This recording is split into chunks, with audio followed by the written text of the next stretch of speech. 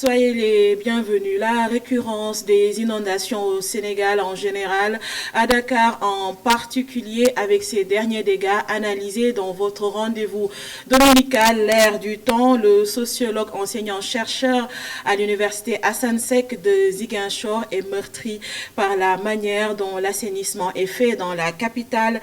Dr Benoît Tine, pour sa part, trouve incompréhensible les inondations dans le pays. Il déplore aussi le manque de suivi des 750 milliards de fonds décaissés pour lutter contre ces inondations. Mam Abdougaï Kassé. Les inondations à Dakar et à l'intérieur du pays sont inadmissibles. L'assainissement est fait comme si le Sénégal se trouvait dans un désert. Aucune planification sans estomac. C'est comme si effectivement le Sénégal était construit dans le désert, c'est-à-dire où il ne pleut pas. On ne prend pas en compte le contexte. Je pense que tout projet doit prendre en compte l'environnement, doit prendre en compte le contexte, doit faire une étude de faisabilité. Je construis un immeuble, je construis une route, je construis une autoroute, je dois prévoir, n'est-ce pas, dans un pays comme le Sénégal, au XXIe siècle, dans cette zone soudano-sahélienne, prévoir un endroit, prévoir un canal pour pouvoir véritablement permettre aux eaux, n'est-ce pas, donc de pouvoir se dégager, de pouvoir atteindre donc la mer ou les voies prévues pour cela. Le sociologue condamne avec fermeté l'absence de suivi des milliards de fonds alloués au plan directeur d'urbanisme et d'assainissement. Depuis des années et des années, c'est bis repetita. Chaque année, c'est la même chose. Oui, des effets d'annonce, on a investi des milliards, mais in fine, la population ne le ressent pas. C'est comme on nous parlait de la croissance. Oui, croissance à 6%, effectivement. Mais comme on dit, elle ne se mange pas. La population ne le vit pas au quotidien et ça ne se ressent pas dans le panier de la ménagère, encore une fois. Si le problème, ce sont les bilans, ce sont les suivis, évaluations. On a cette peur bleue de faire des bilans. Et quand les bilans sont faits, on les classe au placard. Ce sont les rapports de l'IGE, ce sont les rapports de l'OFNAC, ce sont les rapports de la Cour des comptes. Dans plusieurs quartiers de la capitale, les habitants pataugent dans les eaux à chaque hivernage. Des zones mal loties, mal assainies, parfois même inhabitables, déplore Dr Benoît Tine. On dit gouverner, c'est prévoir, d'accord. Donc la complicité des autorités qui vont vendre, qui vont être dans cette dynamique de la corruption pour vendre des terrains, pour lotir des terrains qui ne sont pas propres à l'habitation. Donc, et ces populations, malheureusement, qui vont accepter cela, n'ayant pas une autre solution, n'ayant pas d'alternative. La région de Dakar compte 4 stations d'épuration d'eaux usées, Cambérène, Niaï, SSH, Rufisque, dont la capacité totale de traitement est de 23 526 mètres cubes par jour. À cela s'ajoutent les 750 milliards de francs CFA alloués au plan d'assainissement. Malgré ces stations d'épuration et cette importante manne financière, les inondations continuent de plus belle. Malgré ces stations d'épuration et cette importante manne financière, les inondations continuent de plus belle.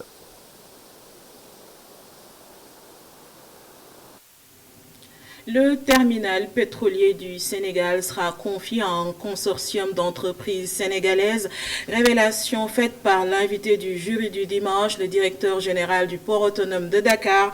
Aboubakr Sadir Bey ambitionne surtout de positionner le port de Dakar parmi les plus cotés du continent. Le compte rendu de l'émission JDD, c'est avec Abdourahmane Li. En application de l'article 58 du Code pétrolier, le directeur du port autonome de Dakar, dans son face-à-face avec Mamoudou Ibra Kane, révèle que le terminal pétrolier du port sera confié à un consortium composé d'entreprises privées sénégalaises. Aboubakar Sadir Bey fait savoir que c'est le chef de l'exécutif sénégalais qui en a intimé l'ordre. Aujourd'hui, dans le cadre du Sénégal, c'est 100% octroyé au privé national. Si vous vous rappelez, on avait fait un avis à manifestation d'intérêt et il y avait 7 concurrents. Le président a décidé, il nous a instruit de travailler, de faire tout pour mettre toutes ces 7 entreprises autour d'une table et de les fédérer. Et aujourd'hui, j'ai le plaisir d'annoncer que les 7 entreprises privées nationales ont accepté les termes que le port a mis en place. On est aujourd'hui autour d'un consortium créé qui va bénéficier de cette concession et qui va maintenant travailler avec les sociétés pétrolières. Le respect de la loi sur le contenu local. Le président Macky Sall y tient autant que Aboubacar Sadikh Bèye tient au port de Dakar. Un port qu'il ambitionne de positionner sur une place stratégique à l'échelle continentale.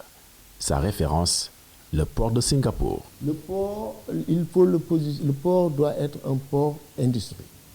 Il ne peut pas seulement être un port classique d'embarquement et de débarquement. Vous êtes obligé de faire exactement ce qui se fait à Singapour, qui est à peu près le même profil que le Sénégal. Il faudrait que les produits arrivent au port et qu'ils soient transformés et qu'ils soient remis dans les conteneurs, dans les navires, pour aller un peu partout dans l'Afrique. Dans son entretien avec Mamoudou Ibra Kane, le directeur du port autonome de Dakar est revenu sur le projet du port d'Ndayane, estimé à 3 000 milliards de francs CFA, soit 3/4 du budget national. Aboubacar Sadikh Bèye parle du plus grand projet de l'histoire du pays, avant de préciser qu'il sera réalisé par DP World. Parlons économie et moins de politique. Voilà la démarche recommandée par le directeur général du port autonome de Dakar, interpellé sur la question du 3e mandat qui serait le motif de renvoi de l'ex-directeur de Dakar, Demdik.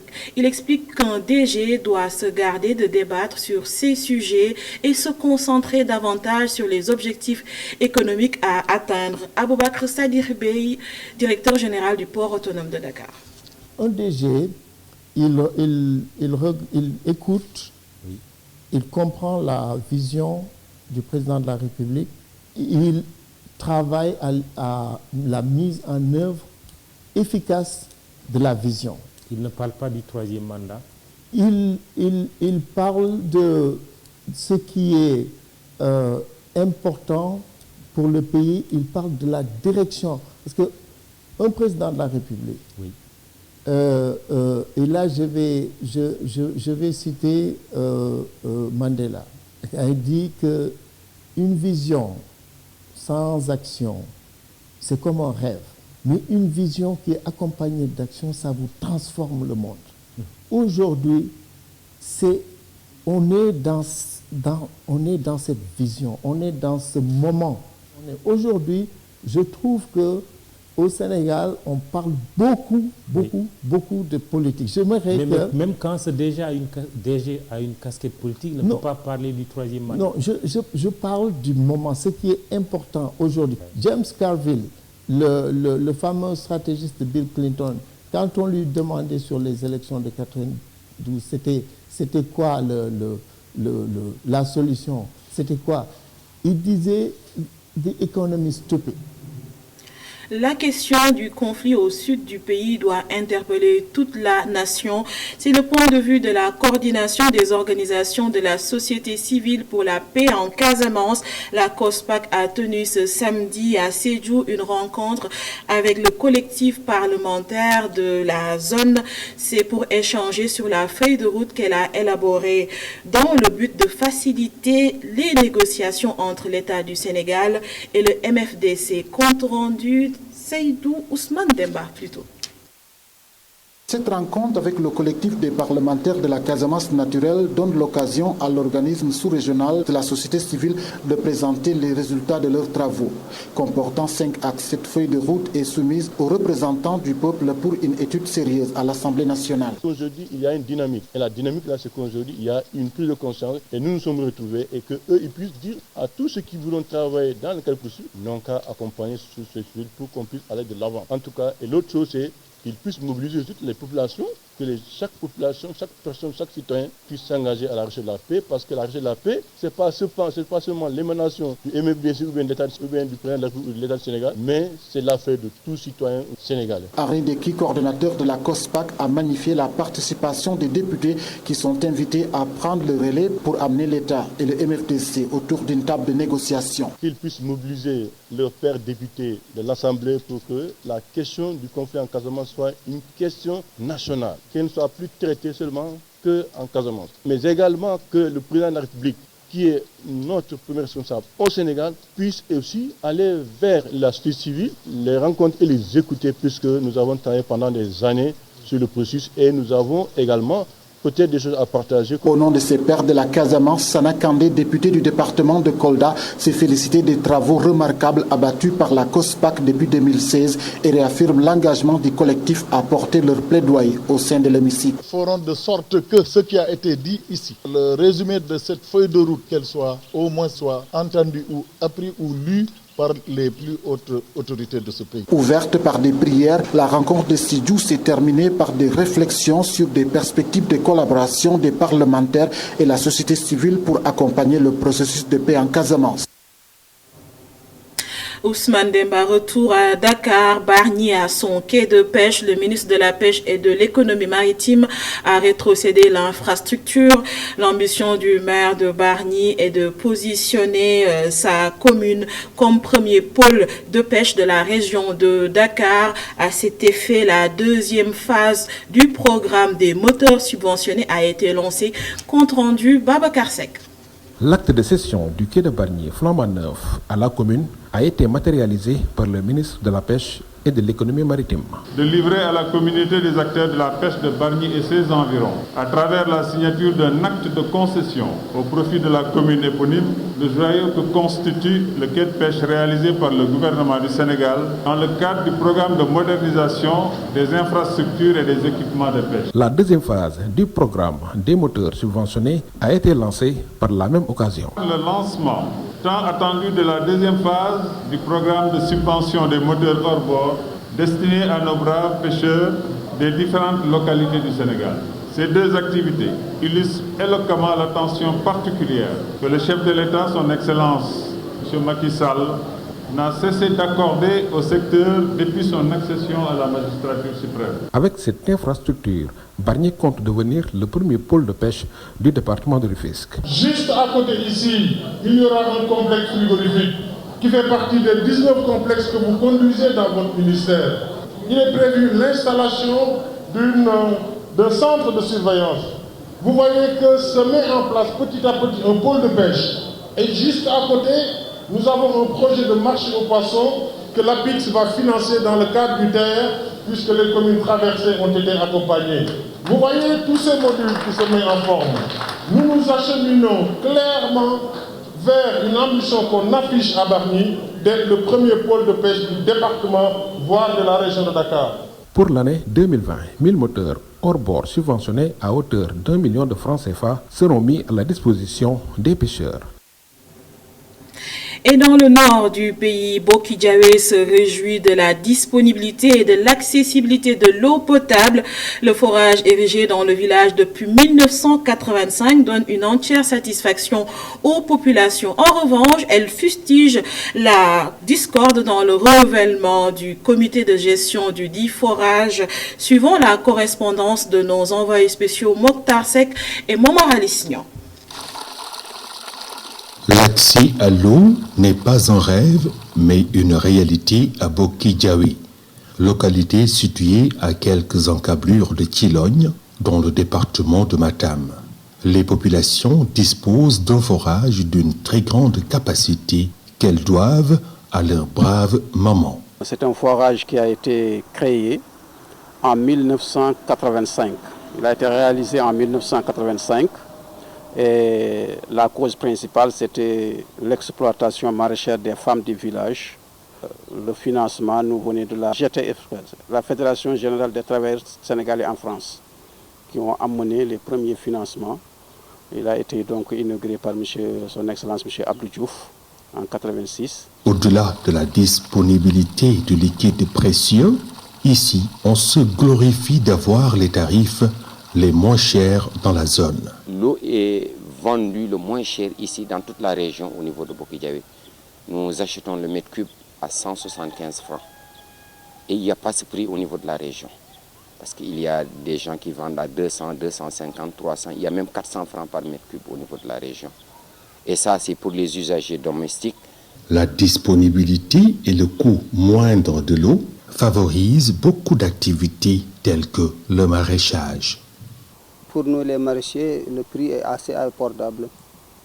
au village, le mètre cube coûte 175 francs. Et pour les maraîchers, le prix a été ajusté à 100 francs. Pour nous, c'est par conséquent très abordable. En ce qui concerne la quantité, elle est assez suffisante pour nous. Malgré l'accessibilité et la disponibilité de l'eau, les populations de Bokidjawi déplorent les difficultés liées au renouvellement du comité de gestion du forage à cause de querelles politiques. Les visites aux monuments de la Renaissance sont suspendues jusqu'à nouvel ordre et cela depuis des mois. Cette fermeture est consécutive aux mesures des autorités pour freiner la propagation du coronavirus. Un coup dur sur les revenus du monument mais aussi sur les activités autour. Un reportage de Ndeye Nancy Diouf et Moussa Fall. Contre toute attente, c'est un silence plat qui règne dans ce lieu d'habitude très bruyant. Le monument de la Renaissance africaine a fermé ses portes depuis le début de la pandémie et les impacts qui résultent de cette fermeture sont nombreux. Les lieux de production et de diffusion culturelle sont fermés depuis le mois de mars à cause de la Covid. Évidemment, cela a un impact sur le monument. D'abord, un impact en termes d'animation, puisque c'est un lieu de rencontre. Il y a un impact à ce niveau. Le dernier impact, qui est peut-être le moins important pour nous, mais qui est quand même important, c'est un impact financier. Parce que les visites étaient payantes, et donc depuis le mois de mars, il n'y a pas de visites payantes, il n'y a pas de visite du tout. Donc il y a un manque à gagner de quelques 4 à 5 millions par mois. Nous souhaitons maintenant que la maladie parte très vite pour que le monument puisse retrouver son activité journalière. Quelques rares personnes passent devant le monument, soit pour faire du sport, soit pour se dégourdir les jambes. Une d'elles approuve la décision de l'État de faire arrêter les visites. Non, je ne sais pas si je suis Dakar, je suis venu après cela, je suis série, nous visiter le monument, après cela, nous suis rendre compte de la de toute façon, je suis d'accord parce que comme faire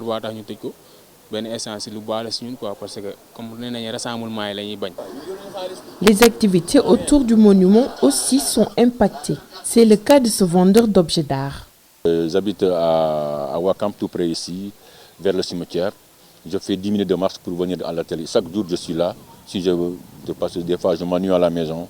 Même ici, des fois, quand je viens ici, je m'ennuie parce que je reste sur place. Je ne fais rien, ni rien du tout depuis le début. Je viens, je nettoie. J'ai même la presse de faire des tableaux ou bien quelque chose. J'ai plus envie de travailler parce que je ne vois rien du tout. Fêtant ses 10 ans cette année, le monument de la Renaissance africaine fait partie des monuments les plus emblématiques d'Afrique. On passe aux chiffres du coronavirus. Voici l'essentiel du point de jour. 39 tests sont revenus positifs sur un total de 1166 effectués. Aucun décès enregistré. 71 patients ont été déclarés guéris. Par contre, 33 cas graves sont pris en charge en service de réanimation.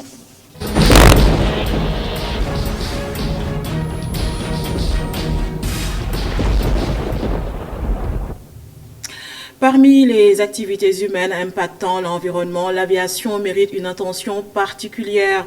10% seulement de la population mondiale a déjà pris un avion, mais ceux qui ne le prennent pas souffrent plus de ses effets et surtout de ses émissions. Un récit de Mustapha Gabarjo. Le nombre de voyageurs transportés en avion par an a dépassé les 4 milliards de personnes en 2018. Un moyen de transport plus sûr que la voiture, mais largement plus polluant. Une heure en avion est 13 fois plus émettrice qu'une heure en voiture. Monter à bord d'un avion rendra votre trajet 125 fois plus émetteur en moyenne que de monter dans une voiture et plus de 1500 fois plus émetteur que de monter dans un train. Tous secteurs confondus, l'aviation est à l'origine de 2% des émissions de gaz carbonique dans le monde et de 13% de celles liées aux activités de transport dans le monde. La combustion de kérosène des avions émet du CO2. Ils laissent également derrière eux des traînées de condensation avec un puissant effet radiatif, aggravant le réchauffement. À cela s'ajoute un autre effet nocif, la pollution de l'air aux fines particules, notamment celles aux oxydes d'azote. Les émissions des avions seraient responsables d'environ 16 000 décès prématurés dus à une mauvaise qualité de l'air chaque année, selon le laboratoire de l'aviation et de l'environnement du département de l'aéronautique et de l'astronautique du MIT. Elle rejette d'autre part ces émissions non pas à la surface terrestre, mais directement dans la région de la tropopause, où leur potentiel d'impact sur l'atmosphère se trouve démultiplié. Avec une croissance annuelle de 3,5% avant la pandémie, le trafic aérien devrait être multiplié par 2 d'ici 2037. Pour aligner le transport aérien sur l'objectif de l'accord de Paris, il faudrait remettre en cause les hausses de ce trafic aérien. Ceci passe en partie par des changements de comportement individuels, mais aussi par une régulation internationale plus forte en faisant payer au secteur le prix de sa pollution. Même si aucune technologie n'est disponible à court terme et à l'échelle nécessaire, la course est lancée pour trouver des technologies moins émettrices de gaz à effet de serre.